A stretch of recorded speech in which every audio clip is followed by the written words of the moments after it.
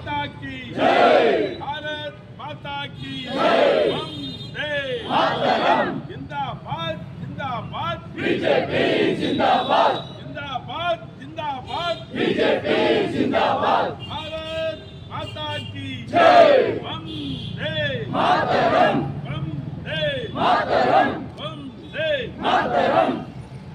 भारतीय जनता पार्टिಯ ಜಿಲ್ಲಾ ಅಧ್ಯಕ್ಷರು ಆತ್ಮೀಯರಾದಂಥ ಜಗದೀಶ್ ಅವರೇ, ನಗರದ ಅಧ್ಯಕ್ಷರಾದಂಥ ಸ್ನೇಹಿತರಾದಂಥ ಮೋಹನ್ ರೆಡ್ಡಿ ಅವರೇ, ಸುಡಾದ ಮಾಜಿ ಅಧ್ಯಕ್ಷರಾಗಿ ಜವಾಬ್ದಾರಿ ನಿರ್ವಹಣೆ ಮಾಡಿದಂತಹ ಜಿಲ್ಲಾ ಉಪಾಧ್ಯಕ್ಷರಾದಂಥ ಜ್ಞಾನೇಶ್ವರ್ ಅವರೇ, ಪ್ರಧಾನ ಕಾರ್ಯದರ್ಶಿಗಳಾದಂಥ ಹರಿಕೃಷ್ಣ ಅವರೇ, ಮಾರ್ಗದರ್ಶಕರೇ, ನಗರದ ಪ್ರಧಾನ ಕಾರ್ಯದರ್ಶಿ ದಯಾಳೂರವರೇ, ಮಂಜು ಅವರೇ, ಕಾರ್ಯಕ್ರಮದಲ್ಲಿ ಪಾಲ್ಗೊಂಡಿರುವಂಥ ಎಲ್ಲ ಕಾರ್ಯಕರ್ತ ಬಂಧು ಭಗಿನಿಯರು, ಭಾರತೀಯ ಜನತಾ ಪಾರ್ಟಿ ಜನಸಂಘ ಪ್ರಾರಂಭ ಆದಂಥ 51ರಿಂದ ಹಿಡಿದು 80ರಲ್ಲಿ ಭಾರತೀಯ ಜನತಾ ಪಾರ್ಟಿಯಾಗಿ ಹೊರಗೆ ಬಂದ ನಂತರ ಅವತ್ತಿಂದ ಇವತ್ತಿನವರೆಗೂ ಕೂಡ ಸಂವಿಧಾನಬದ್ಧವಾಗಿ ನಡ್ಕೊಂಡಿರುವಂಥ ಒಂದು ಪಾರ್ಟಿ ಆಧಾರ ಇದ್ದರೆ ಅದು ಭಾರತೀಯ ಜನತಾ ಪಾರ್ಟಿ ಅನ್ನೋದನ್ನು ನಾವು ಯಾರು ಮಾಡಲಿಕ್ಕೆ ಸಾಧ್ಯ ಇಲ್ಲ. ಭಾರತೀಯ ಜನತಾ ಪಾರ್ಟಿ, ಭಾರತೀಯ ಜನಸಂಘ, ಭಾರತೀಯ ಜನತಾ ಪಾರ್ಟಿ ಸಂವಿಧಾನ ಇದೆ. ಆ ಸಂವಿಧಾನಕ್ಕೆ ತಕ್ಕಂತೆ ನಡ್ಕೊಳ್ತಾ ಇರುವಂಥ ಕಾರ್ಯಕರ್ತರ ಪಡೆ ನಮ್ಮದು. ಚುನಾವಣೆಗಳು ಅಕಸ್ಮಾತ್ ಸ್ವಲ್ಪ ತಡ ಆಗಿರ್ಬೋದು, ಆದರೆ ವ್ಯವಸ್ಥೆಗಳಲ್ಲೆಲ್ಲೂ ಲೋಪ ಆಗಲಿಲ್ಲ ನಮ್ಮದು. ಹೀಗೆ ಕಾರ್ಯದ ಪದ್ಧತಿಗೆ ಹೆಚ್ಚು ಶಕ್ತಿ ಕೊಟ್ಟಿರುವಂಥದ್ದು ಭಾರತೀಯ ಜನತಾ ಪಾರ್ಟಿ. ನಾವು ನೋಡ್ತಾ ಬಂದಿದ್ದೇವೆ. ಈ ಹಿಂದೆ ಶ್ಯಾಮ್ ಪ್ರಸಾದ್ ಮುಖರ್ಜಿ ಅವರು ರಾಷ್ಟ್ರೀಯ ಅಧ್ಯಕ್ಷರಾಗಿದ್ದರು. ಅದಾದ ನಂತರ ಅನೇಕ ಬದಲಾವಣೆಗಳಾಯಿತು. ರಾಜನಾಥ್ ಸಿಂಗ್ ಅಂತವರು ರಾಷ್ಟ್ರೀಯ ಅಧ್ಯಕ್ಷರಾಗಿದ್ದರು, ಅಟಲ್ ಬಿಹಾರಿ ವಾಜಪೇಯಿ ಅವರಾಗಿದ್ದರು, ನಾಗಕೃಷ್ಣ ಅಡ್ವಾಣಿಯವರಾಗಿದ್ದರು, ಮುರಳಿ ಮನೋಹರ್ ಜೋಶಿ ಅವರಾಗಿದ್ದರು. ಹೀಗೆ 16 ಹೆಸರುಗಳನ್ನು ಹೇಳಬಹುದು. 16ರಿಂದ 16ನೇ ಹೆಸರು ಇಟ್ಟಿದ್ದು. 16 ರಾಷ್ಟ್ರೀಯ ಅಧ್ಯಕ್ಷರು ಈ ರಾಷ್ಟ್ರಕ್ಕೆ ನಾವು ಕೊಟ್ಟಿರುವಂಥದ್ದು. ಇದು ಬಹಳ ವಿಶೇಷವಾದಂಥ ಸಂಗತಿ ಅಂತೇಳಿ ನಾವು ಭಾವಿಸ್ತೇನೆ. ನಿತಿನ್ ಅವರಿಗೆ 26 ವರ್ಷ ಇದ್ದಾಗ ಅವರು MLA ಆಗಿದ್ದು. ಪಾಟ್ನಾದ ಪಶ್ಚಿಮದಲ್ಲಿ ಅವ್ರು ಗೆದ್ದಿದ್ರು. ಮೊದಲು ಅವ್ರ ತಂದೆ ನಿಂತಿದ್ರು. ತಂದೆ ತೀರ್ಕೊಂಡ ನಂತರ ಆ ಜಾಗದಲ್ಲಿ ಅವರು ಚುನಾವಣೆಗೆ ಕಂಟೆಸ್ಟ್ ಮಾಡಿದ್ರು. ಅದಾದ ಮೇಲೆ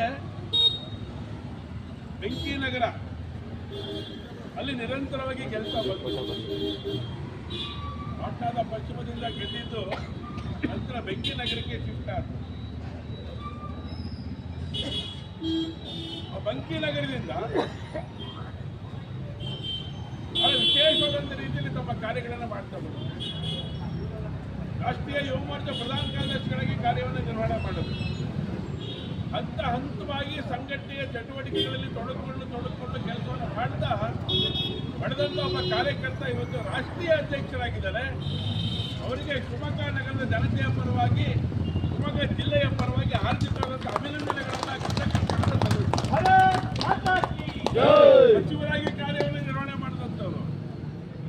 ಬಿಹಾರದಂಥ ಊರಲ್ಲಿ, ಬಿಹಾರದಂಥ ರಾಜ್ಯದಲ್ಲಿ ಭಾರತೀಯ ಜನತಾ ಪಾರ್ಟಿ ಕಟ್ಟಿದ್ದಾರೆ ಅಂತ ಹೇಳಿದ್ರೆ ಅವರ ಶಕ್ತಿ, ಅವರ ಕಾರ್ಯದ ಚಾಣಾಕ್ಷತನ ಹೇಗಿದೆ ಅಂತೇಳಿ ಗಮನಿಸಬೇಕಾಗುತ್ತೆ.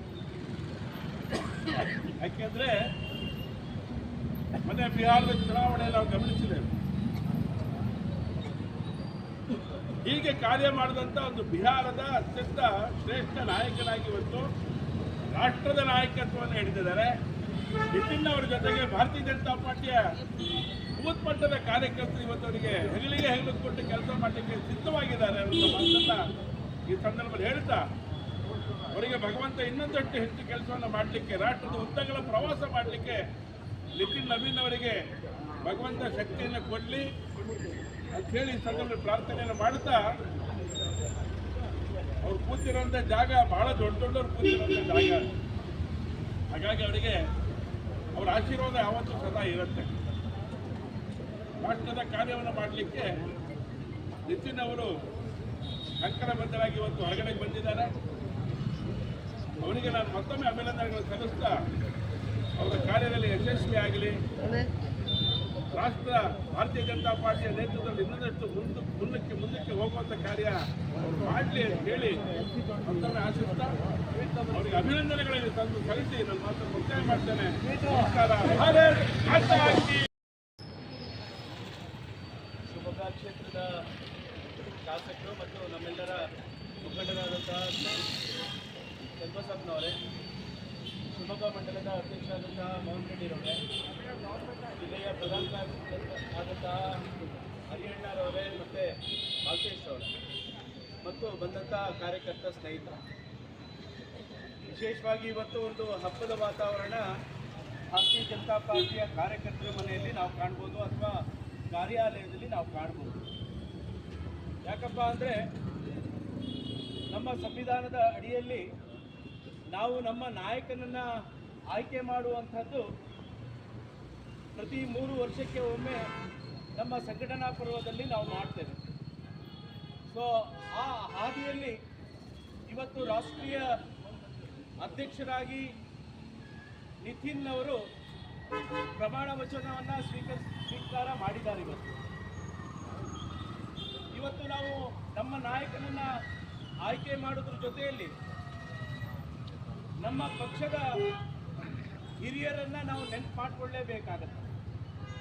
ಅವರ ತ್ಯಾಗ, ಜೀವನದ ಬಲಿದಾನವನ್ನು ನಾವು ನೆನಪು ಮಾಡಿಕೊಂಡಿದ್ರೆ ನಾಳೆಯ ಭವಿಷ್ಯವನ್ನು ರೂಪಿಸಲಿಕ್ಕೆ ಒಳ್ಳೆಯದಾಗತ್ತೆ.